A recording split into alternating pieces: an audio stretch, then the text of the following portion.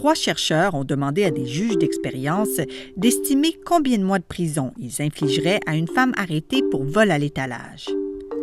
Mais avant de se prononcer, ils devaient lancer des dés qui avaient été pipés pour donner que 2 résultats, 3 ou 9. De toute évidence, le chiffre obtenu n'avait aucun lien avec la question posée. Pourtant, celui-ci a influencé les juges. En moyenne, ceux qui ont obtenu un 3 ont opté pour une peine de 5 mois, alors que ceux qui ont obtenu un 9 ont plutôt opté pour une peine de 8 mois.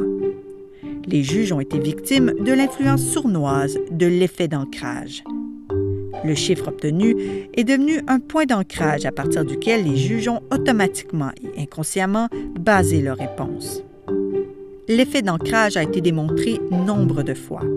Par exemple, si l'on vous demande l'âge de décès de Gandhi en vous donnant comme point d'ancrage 80 ans, fort est à parier que vous allez lui donner un âge plus élevé que si la question avait évoqué un décès à 40 ans. Dans la vie de tous les jours, cet effet peut avoir des répercussions insoupçonnées. Par exemple, vous accorderez plus de valeur à une maison dont le prix est élevé. Dans la même veine, le montant suggéré pour un don influencera ce que vous êtes prêt à donner.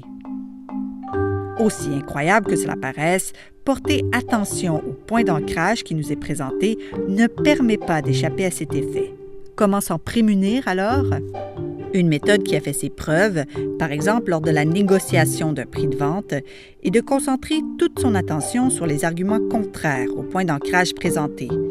C'est alors que le système plus analytique de votre cerveau se mettra en branle et vous aidera à faire un choix éclairé.